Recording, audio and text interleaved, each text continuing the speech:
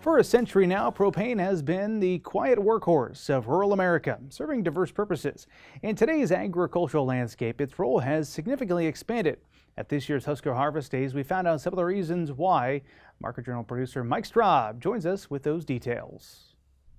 Propane plays a large role in agricultural places, especially those that get freezing temperatures in the winter, to heat agricultural buildings as well as greenhouses. Propane grain dryers can remove the same amount of moisture from harvested grain while using half the thermal energy as previous older models. Most folks around the farm understand kind of what we do as far as very traditional types of things. You know, grain drying is a big user of propane this time of year across the Midwest. As it gets colder though, we see building heat for livestock and greenhouses really pick up.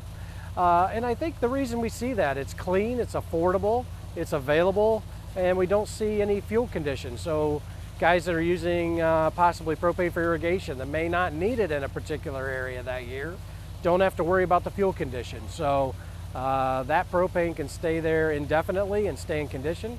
I think that makes it very unique in the fuel and energy space. Propane generators and solar panels are found to be a good partnership.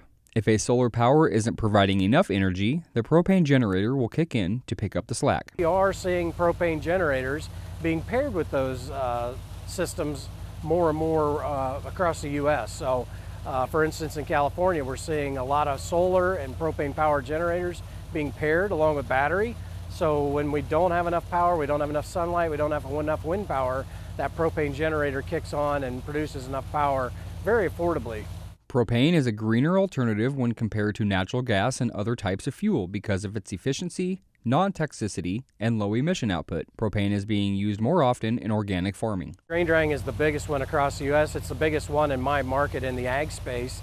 It's also the most variable fuel use in the ag space as well. Some years we use a lot for grain drying, others we don't. One thing that we do see in organic farms that's becoming more and more accepted is using propane for weed flaming and weed eradication. So we've got toolbar type applications. Some of them are made right here in the state of Nebraska, and those devices are used to have an open flame essentially burn the weed, kill the weed, and it qualifies and is certified for organic. Irrigation engines help farmers keep their crops hydrated.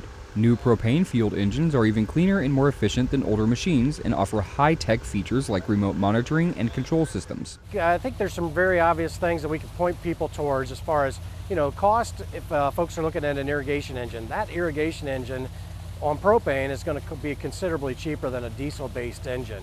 So I think the upfront cost, the operational cost of that is going to be cheaper as well. Our fuel is very cheap compared to diesel or gasoline today. And we're seeing propane really come to benefit as well when you're comparing it to the electric grid.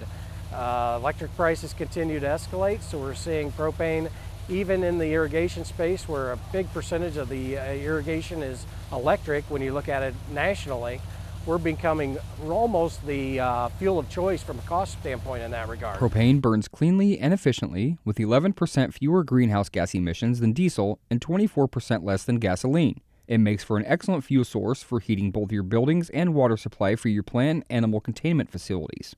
It doesn't degrade like other fuels, making it perfect for backup generators. Reporting for Market Journal, I'm Mike Straub.